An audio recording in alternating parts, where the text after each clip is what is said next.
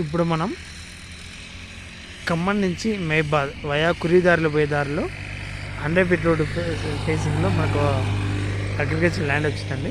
3 ఎకరాల 25 గుంటలు. ఈ రోడ్డు వచ్చేసి మనకి కురివి పోతుందండి. ఈ దారిలో ఇలా పోతే కురివి వస్తుంది. ఇది మన్నగూడెం నుంచి, ఇక్కడి నుంచి మన్నగూడెం 2 కిలోమీటర్లు మాత్రమే.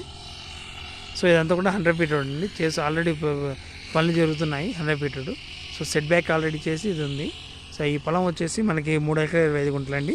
ఈ తూర్పు ఫేసింగ్ మనకి రోడ్ వచ్చేసి తూర్పున ఉంటుంది.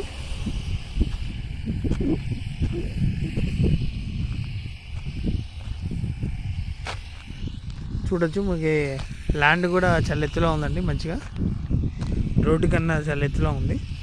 సో ఇది కమర్షియల్ కూడా చాలా ఉపయోగపడుతుంది. కమర్షియల్గా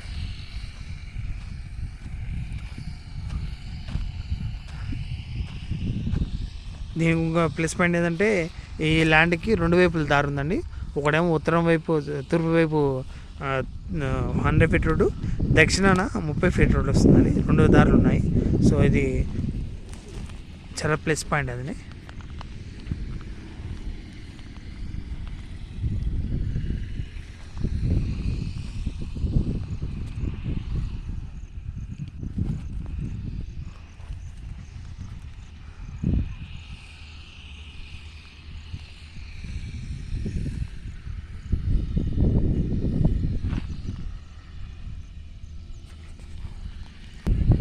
మీరు చూడొచ్చు, వెహికల్స్ ఆల్రెడీ తిరుగుతున్నాయి.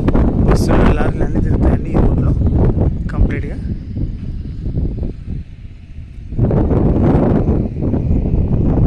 ఇది సింగిల్ ఓనర్ అండి. 3 ఎకరాల 25 గుంటలు సింగిల్ ఓనరు. రోడ్ ఫేసింగ్ వచ్చేసి మనకి వచ్చిందండి ల్యాండ్.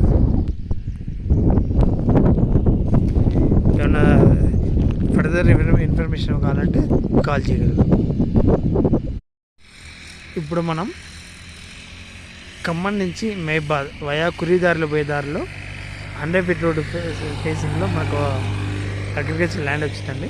3 ఎకరాల 25 గుంటలు. ఈ రోడ్డు వచ్చేసి మనకి కురివి పోతుందండి. ఈ దారిలో ఇలా పోతే కురివి వస్తుంది. ఇది మన్నగూడెం నుంచి, ఇక్కడి నుంచి మన్నగూడెం 2 కిలోమీటర్లు మాత్రమే. సో ఇదంతా కూడా 100 ఫీట్ రోడ్ అండి. చేసి ఆల్రెడీ పనులు జరుగుతున్నాయి 100 feet road. So set back already చేసి ఇది ఉంది. సో ఈ పొలం వచ్చేసి మనకి 3 ఎకరాల 25 గుంటలు అండి. ఈ తూర్పు ఫేసింగ్ మనకి రోడ్ వచ్చేసి తూర్పున ఉంటుంది.